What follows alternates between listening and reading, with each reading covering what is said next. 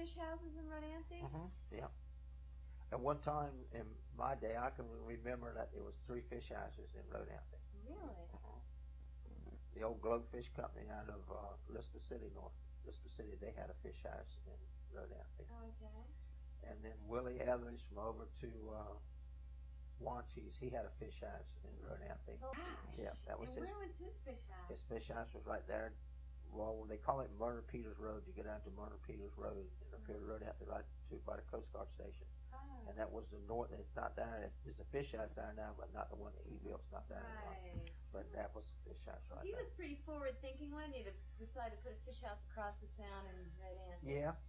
Now I don't know how he come to put that fish house in Rodanthe, but I do remember because my father, he used to haul the fish out of Rodanthe in later years after. He still had his Pepsi Cola business, but he hauled the fish out of Rodanthe for the Globefish Company. Oh, okay. And I can remember being down there, like there's a guy by the name of Ed Lyman. He had the 3rd fish house, which the fish house belonged to Herbert Midget. But Ed Lyman was the man who had the fish house, and you would come to the dock, or the Longhorns would come to the dock with boatloads of fish, and it would be a bidding war on how much fish were going to be. Really? Right there at the dock? Right there at the dock. In Rodanthe? In Rodanthe, right. Did you have somebody talking like an auctioneer? It wasn't like an auctioneer. It would be like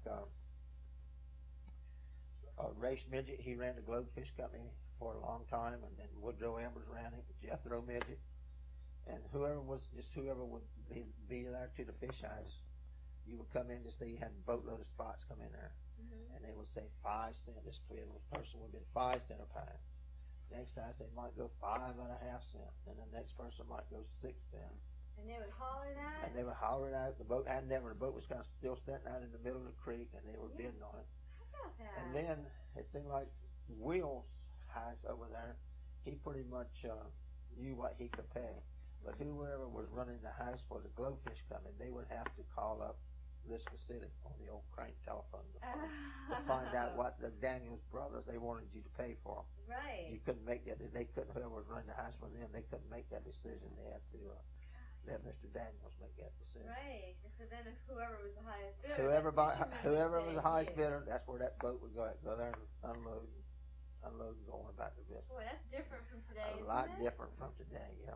That must have been exciting. Oh, it must was. have been a show for the people to go around and listen. There weren't many people, that seen stuff like that because it was just, not a lot of folks around here. Everybody else was kind of, busy doing other things, taking care of their stuff and stuff like that. Right. But the long haulers, they're the ones who, back in those days, would catch the volume of fish. It'd be nothing for them to come in here with boatloads of fish. And sometimes Wancheesers would come across and sell theirs Right. too. Yep.